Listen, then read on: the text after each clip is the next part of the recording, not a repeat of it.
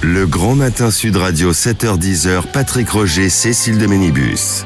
Il est 9h44, la France à vos côtés, vous le savez, jusqu'à 10h tous les matins. On prend des sujets qui nous intéressent et en tout cas qui vous motivent. Et on va parler du Made in France ce matin, puisque de plus en plus d'entreprises revendiquent ce Made in France. Mais comment l'utiliser ? Est-ce que le Made in France est partout ? Est-ce que c'est utilisé à bon escient ? Pour en parler, Olivier Robert, bonjour. Bonjour. Merci d'être avec nous. Vous êtes vice-président de Big Success et créateur de cette plateforme qui s'appelle Sacré Français.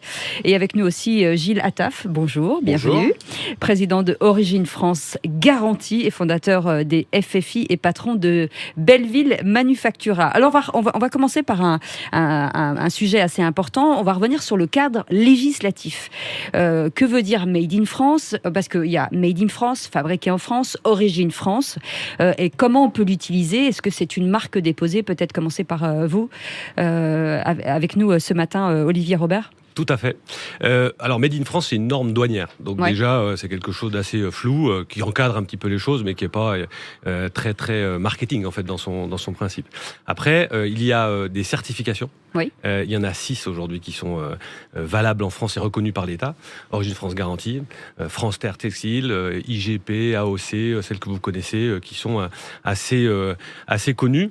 Origine France Garantie, dont Gilles Attaf partira bien mieux que moi, est la seule vraie certification aujourd'hui qui va valider en fait que le produit a été conçu pour sa grande partie en France. Avec un vrai logo, on le voit sur les produits. Avec une reconnaissance et qui va justement permettre aux consommateurs de s'y retrouver et de se dire, voilà, j'achète un vrai produit Made in France.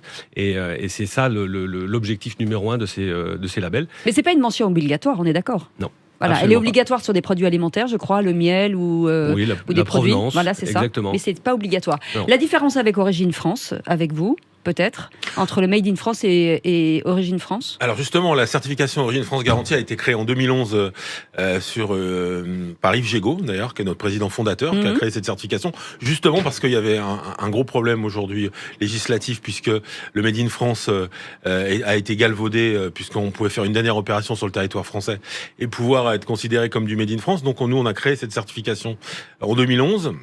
Qui justement certifie que le produit a été réellement fabriqué sur le territoire français, que les principales caractéristiques du produit ont été prises en France et que surtout 50% de la valeur ajoutée doit être française. Donc c'est important, nous c'est une certification, donc c'est un organisme indépendant qui certifie nos produits, les produits qui sont certifiés Origine France Garantie.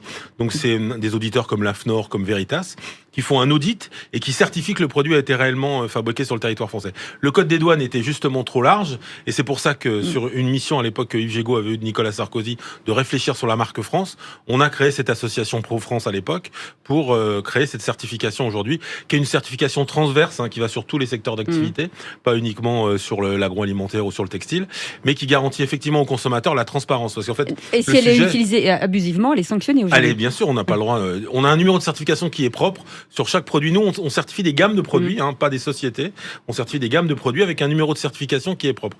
Nous, ce qu'on veut, c'est que le consommateur soit rassuré, en fait. C'est que la transparence. Après, il fait son choix, mais vous savez, aujourd'hui, on parle beaucoup de franco-lavage, de French washing, où justement des gens utilisent l'imaginaire de la marque France, l'immatériel, parce que on va certainement en parler, mais c'est important parce qu'en ce moment, on s'aperçoit qu'on a envie de consommer français, et tant mieux. Il est temps, donc, de se rendre compte que ça coûte très cher de réfléchir à court terme. Donc, cette certification Origine France Garantie a le mérite effectivement d'être pour le consommateur, je dirais, un marqueur très fort. Un outil important. Alors vous, Olivier Robert, vous avez mis en place une plateforme qui s'appelle Sacré Français. Aujourd'hui, c'est pour mettre forcément en valeur toutes ces entreprises, en tout cas, aux valeurs et à l'expertise française. Exactement. J'ai créé sacréfrançais.com avec un objectif, c'est de permettre aux gens de s'y retrouver, en fait. Donc l'idée, c'était de dire comment je peux aider les marques à mieux communiquer, pour faire valoir toute leur capacité, toute cette valeur qu'elles ont créée. Et donc, j'ai décidé de mettre en avant en fait les fondateurs de ces entreprises pour qu'ils puissent expliquer quel est l'ADN, quelles sont les raisons d'être, l'écologie, l'empreinte carbone, tous ces éléments-là. Ça veut dire que c'est un acte militant aujourd'hui d'acheter français ? Oui, c'est pas un argument. Mais oui, c'est un acte militant. C'est-à-dire qu'à un moment donné, je pense que faire rayonner la France en France, c'est déjà, je trouve déjà un beau challenge. Et faire comprendre aux gens que il y a des vraies valeurs et qu'il y a des vrais bons produits, des vrais bons savoir-faire. On peut acheter des costumes faits à Limoges, on peut manger sain, on peut. Donc tout ce sont des alors éléments ça c'est vrai. Gilles Attaf, Olivier Robert. Pendant la crise et pendant le confinement, on a découvert que on ne fabriquait plus de masques en France, que les médicaments n'étaient pas fabriqués, que bref, aujourd'hui il y a des vélos et les vélos sont fabriqués en fait bien souvent à l'extérieur, même s'il y a une entreprise qui est en train de s'implanter dans le nord de la France. Mais est-ce que dans les faits aujourd'hui on va vers la production en France ou est-ce que c'est complètement illusoire, mis à part quelques produits, j'allais dire un peu gadget? Moi je pense qu'il y a une vraie prise de conscience du consommateur. En fait c'est la base. On s'est rendu compte que ça nous a coûté très cher. Moi, j'ai vécu ces 40 dernières années où on nous a dit l'atelier du monde sera en Chine, la France sera un pays de tertiaire. On s'est aperçu que ça nous a coûté très cher. Parce que quand on était encore la même indépendance, ça existe encore aujourd'hui. Oui, mais on est en train de transformer parce que le consommateur. En plus, il y a une convergence en ce moment avec l'écologie. Nous, avec le Made in France, depuis 40 ans, en fait, on faisait du circuit court. On s'est aperçu que finalement, on était vertueux. C'est assez étonnant parce que moi, j'appelle ça une convergence des luttes. C'est un peu provocateur, mais aujourd'hui, on se dit que l'écologie rejoint la fabrication française parce que quand on fabrique français, on fabrique en circuit court, donc effectivement, il y a moins d'empreinte carbone et tout ça, c'est vertueux. Donc le consommateur commence à prendre conscience de tout cela. Et puis il y a un sujet prend conscience, mais il regarde toujours en fait l'étiquette et si c'est 2 fois plus cher. Non, mais c'est ce qui se passe. Attendez, parlons vrai sur Sud Radio. Donc c'est ce qui se passe. Et donc bien souvent, on va regarder les masques. Les masques, en fait, la plupart des masques sont fabriqués à l'étranger parce que ils sont moins chers aujourd'hui. Donc on a dit il faut relocaliser et ça ne marche pas vraiment beaucoup. Oui, mais globalement, il faut qu'on subventionne, quoi.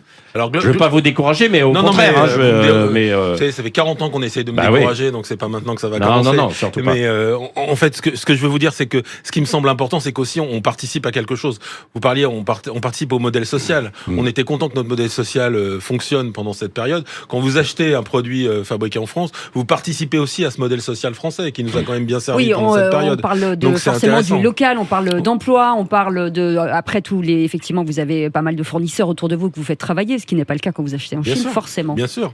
Voilà, ça, on a tendance à l'oublier. Oui, et puis le consommateur aujourd'hui commence à se poser des questions, à donner un sens à son achat. Et pour répondre à votre question, pourquoi ? Parce que le consommateur, il a envie de consommer moins, mais mieux. C'est la tendance. Enfin, moi, je suis dans le vêtement. Aujourd'hui, depuis toujours, on sent bien que le consommateur a envie des produits de qualité. On travaille sur l'upcycling, des choses qui durent, qu'on a envie de garder. On est sorti de la société du jetable. Donc, tout ça porte à aller vers des produits de qualité, donc des produits fabriqués en circuit court, avec des bonnes conditions. Mais vous êtes l'un des derniers ateliers de costumes en France. Oui, c'est le dernier. Je travaille chez avec France Manufacture à Limoges, qui est la dernière usine de fabrication de costumes en France, exactement. Et Belleville Manufacture aujourd'hui, c'est terrible de se dire qu'on est la seule marque à fabriquer des costumes en France. Vous vous rendez compte ? Et comment vous réussissez alors face à la concurrence internationale, quoi ? Écoutez, on a éliminé déjà les intermédiaires. C'est un vrai sujet. Il faut aussi historiquement, surtout dans nos métiers, il y avait beaucoup d'intermédiaires, donc on a supprimé les intermédiaires, c'est-à-dire que on produit et on vend directement aux consommateurs. Après, il y a le digital. Vous savez, on est porté par des jeunes marques aujourd'hui très puissantes avec le Made in France. C'est intéressant. Je parle des jeunes marques comme le slip français, comme 1083 sur les jeans, qui sont des jeunes qui ont réinventé un peu le circuit court et la consommation avec le digital. Ça a aussi aidé clairement sur ce segment. Donc tout ça porte effectivement notre puissance à réindustrialiser. Bon, la volonté aujourd'hui, elle est là. On se donne les moyens. On sait que l'usine 4.0, pour répondre à votre question, pour les coûts, ça va être important parce que il va y avoir de la maintenance prédictive. Il va y avoir tout un tas de sujets qu'on va réussir à rattraper. Et puis vous allez voir l'empreinte carbone. Moi, je suis un militant d'une taxe carbone aux frontières pour les produits qui viennent du bout du monde, fabriqués par des enfants dans de mauvaises conditions. C'est un vrai combat. Voilà. Donc moi, je suis un partisan et tout ça va réduire aussi notre écart avec les pays émergents. Olivier Robert, il y a aussi quelque chose qui doit être défendu, c'est l'expertise française qui se vend quand même très très bien à l'export. Tout à fait. Il y a des secteurs qui sont très connus pour ça. De toute façon, le luxe, évidemment. Il y a la gastronomie, évidemment, aussi.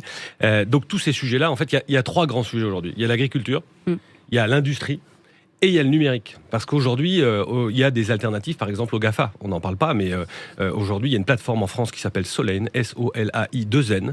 Je vous incite à aller voir, qui est une plateforme qui regroupe tout le numérique français et qui vous permet d'avoir des alternatives au GAFA. Donc en fait, en France, du savoir-faire, on en a. Le tout, c'est aussi à un moment donné que ça se sache. Et ça, c'est l'objectif de sacréfrançais.com, c'est que ça se sache. Et c'est pour ça que je travaille beaucoup avec Gilles Attaf sur ces sujets, avec Pascal Gaillat qui s'occupe de Solane, justement, pour essayer de créer ce mouvement, cette inertie positive qui va permettre aux gens, quels qu'ils soient, eh bien de pouvoir choisir vraiment en son âme et conscience. Parce que c'est ça le sujet. Comme le disait Gilles Attaf, ok, j'achète un produit pas cher, mais il vaut quoi en fait? C'est quoi et combien de temps il va durer? Est-ce que l'obsolescence programmée, j'en passe. Le but du jeu, c'est de savoir exactement. Et le fameux franco-lavage, c'est ça, c'est de faire croire que c'est un produit français alors qu'il est fabriqué au bout du monde. Le franco-lavage, oui. C'est ça. Mais nous parlons français.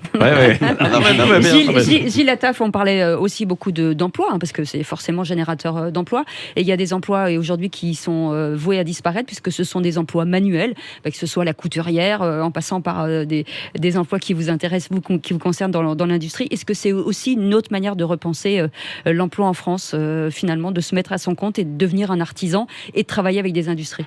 Alors aussi, pourquoi pas, mais moi je pense qu'il faut surtout réévaluer le travail dans l'usine. L'usine, c'est pas un gros mot, c'est formidable, c'est un formidable endroit où l'ascenseur social peut redémarrer.